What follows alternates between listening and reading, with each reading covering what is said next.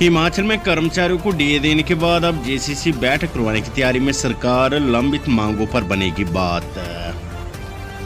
हिमाचल प्रदेश सरकार कर्मचारियों के साथ संबंधों को सुधारने के उद्देश्य से जेसीसी बैठक बुलाने की योजना बना रही है।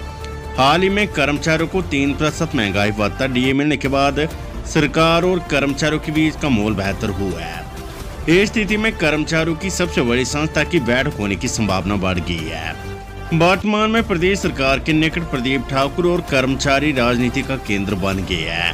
कर्मचारियों का प्रतिनिधित्व करने वाले 3 प्रमुख संगठनों ने सरकार से अनुरोध किया कि शीघ्र ही जेसीसी की बैठक आयोजित की जाए ताकि कर्मचारियों के हितों पर चर्चा की जा सके। प्रदेश सरकार की सत्ता में 3 वर्ष होने को है, लेकिन अभी तक जेसीसी का गठन नहीं हो पाया है। 23 को नहीं अब 25 अक्टूबर को होगी हिमाचल मंत्रिमंडल की बैठक। तारादेवी शिमला रोपवे को मिल लिया मंजूरी। मुख्यमंत्री सुखविंदर सिंह सुक्खू की अध्यक्षता में मंत्रिमंडल की आगामी बैठक अब 25 अक्टूबर को होगी। पहले इस बैठक का आयोजन 23 अक्टूबर को होना था, लेकिन अब ये 2 दिन बाद होगी। मंत्रिमंडल बैठक में 13.79 किलोमीटर लंबे तारादेवी शिमला रोपवे प्रोजेक्ट को मंजूरी मिल सकती है। ये प्रोजेक्ट शिमला के 15 स्टेशनों को जोड़ेगा, जिसके सिरे चढ़ने पर शहर में यातायात की समस्या से निजात मिलेगी। इस प्रोजेक्ट के लिए केंद्रीय वन मंत्रालय ने वन संरक्षण अधिनियम एफसी के तहत स्टेज 1 को सैद्धांतिक मंजूरी मिल चुकी है। मंत्रिमंडल में आगामी पंचायती राज संस्थाओं के चुनाव को लेकर भी चर्चा हो सकती है। इसमें सरकार को निर्णय लेने की प्राकृतिक आपदा के बाद बदले हालात से वे चुनाव करवाने के लिए कितनी तैयार है। बैठक में प्राकृतिक आपदा से जुड़े विषय पर भी चर्चा हो सकती है ताकि प्रभावितों के लिए राहत एवं पुनर्वास कार्यों में तेजी लाई जा सके। इसके अलावा विभिन्न विभागों में खाली पदों को भरने एवं पद सृजित करने को लेकर भी निर्णय लिए जाने की संभावना है। साथ ही विभिन्न विभागों की तरफ से लाए गए प्रस्तावों के आधार पर निर्णय लिए जाएंगे। मुख्यमंत्री सुक्खू बोले, कोटला बड़ोग में बनेगा आधुनिक नशा मुक्ति एवं पुनर्वास केंद्र। मुख्यमंत्री सुखविंदर सिंह सुक्खू ने सिरमौर जिले के कोटला बड़ोग में एक अत्याधुनिक नशा मुक्ति एवं पुनर्वास केंद्र के निर्माण के संबंध में सामाजिक न्याय एवं अधिकारिता तथा अन्य संबंधित विभागों के अधिकारियों के साथ एक समीक्षा बैठक की अध्यक्षता की। मुख्यमंत्री ने बताया कि इस केंद्र की क्षमता 100 बिस्तरों की होगी और इसमें पुस्तकालय, व्यायामशाला, खेल कूद जैसी सुविधाएं भी उपलब्ध होगी। साथ ही कौशल एवं व्यावसायिक प्रशिक्षण की भी सुविधा होगी। चिकित्सा सेवा प्रदान करने के लिए डॉक्टर, नर्स और अन्य कर्मचारी भी नियुक्त किए जाएंगे। आपदा प्रभावितों को विशेष राहत पैकेज देने की तैयारी में सुक्खू सरकार। मंडी जिले से होगी शुरुआत। दिवाली के बाद राज्य सरकार आपदा प्रभावितों को विशेष राहत पैकेज देने की तैयारी कर रही है। मुख्यमंत्री सुखविंदर सिंह सुक्खू ने इसे लेकर उच्च अधिकारियों से मंत्रणा की, जिसमें अतिरिक्त मुख्य सचिव के पंत विशेष रूप से उपस्थित थे। जानकारी के अनुसार सरकार आपदा से सबसे अधिक प्रभावित जिला मंडी से इसकी शुरुआत कर सकती है। मानसून की अवधि के दौरान प्राकृतिक आपदा ने इस बार सबसे पहले मंडी जिले में कहर बरपाया, जिसमें सिराज विधानसभा क्षेत्र सबसे अधिक प्रभावित रहा। इसमें जन धन की भारी क्षति भी हुई है। हिमाचल प्रदेश में प्राकृतिक आपदा में करीब 454 लोगों की जान गई तथा 50 से अधिक लोग लापता है। कुल मिलाकर आपदा से 7,000 करोड़ रुपए का नुकसान हुआ है। हिमाचल में तहसीलदारों ने की पुलिस सुरक्षा की मांग, सरकार से उठाई मांग। हिमाचल प्रदेश में राजस्व सेवाएं देने वाले तहसीलदार स्वयं को असुरक्षित महसूस कर रहे हैं। सचिवालय से एक पत्र पुलिस मुख्यालय पहुंचा है। इस पत्र में तहसीलदारों पर जिम्मेवारियों को देखते हुए पुलिस सुरक्षा मुहैया करवाने के संबंध में स्थिति का आंकलन कर विस्तृत रिपोर्ट भेजने को कहा गया है।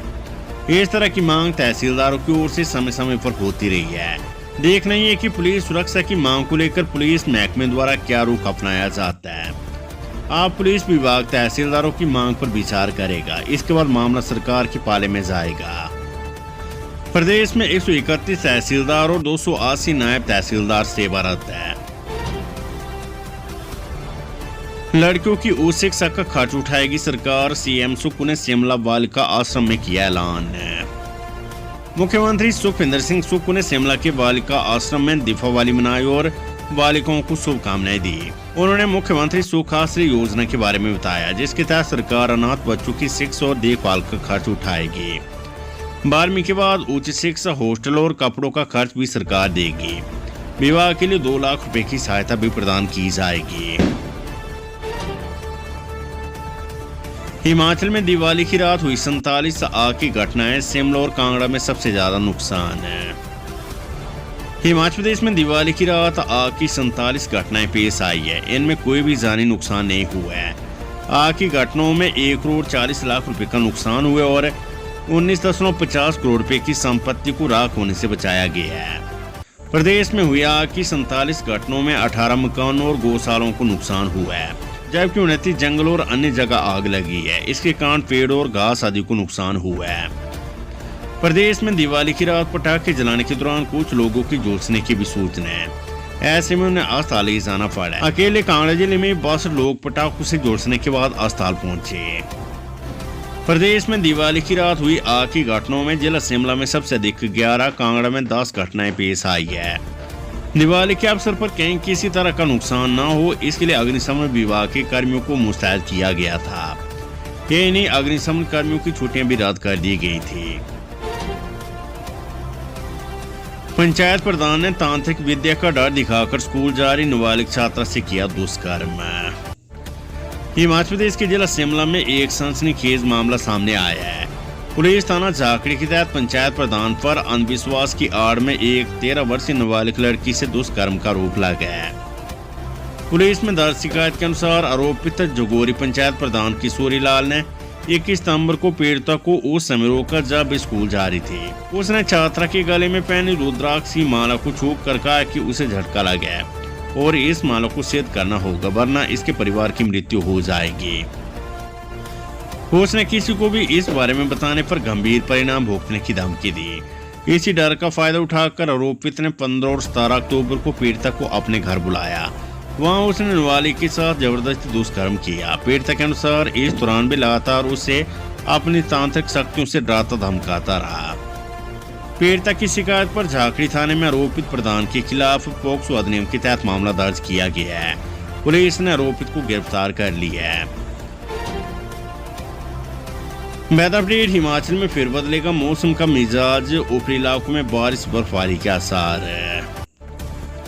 हिमाचल प्रदेश में फिलहाल मौसम साफ बना हुआ है, लेकिन अगले 2 दिनों में ऊंचाई वाले इलाकों में मौसम का मिजाज बदल सकता है। मौसम विज्ञान केंद्र शिमला द्वारा जारी ताजा बुलेटिन के अनुसार 22 और 23 अक्टूबर को राज्य के कुछ ऊपरी भागों में हल्की बारिश और बर्फबारी की संभावना है, जबकि शेष प्रदेश में मौसम शुष्क रहने के आसार है। मौसम केंद्र के अनुसार बीते 24 घंटों के दौरान पूरे हिमाचल प्रदेश में मौसम शुष्क रहा।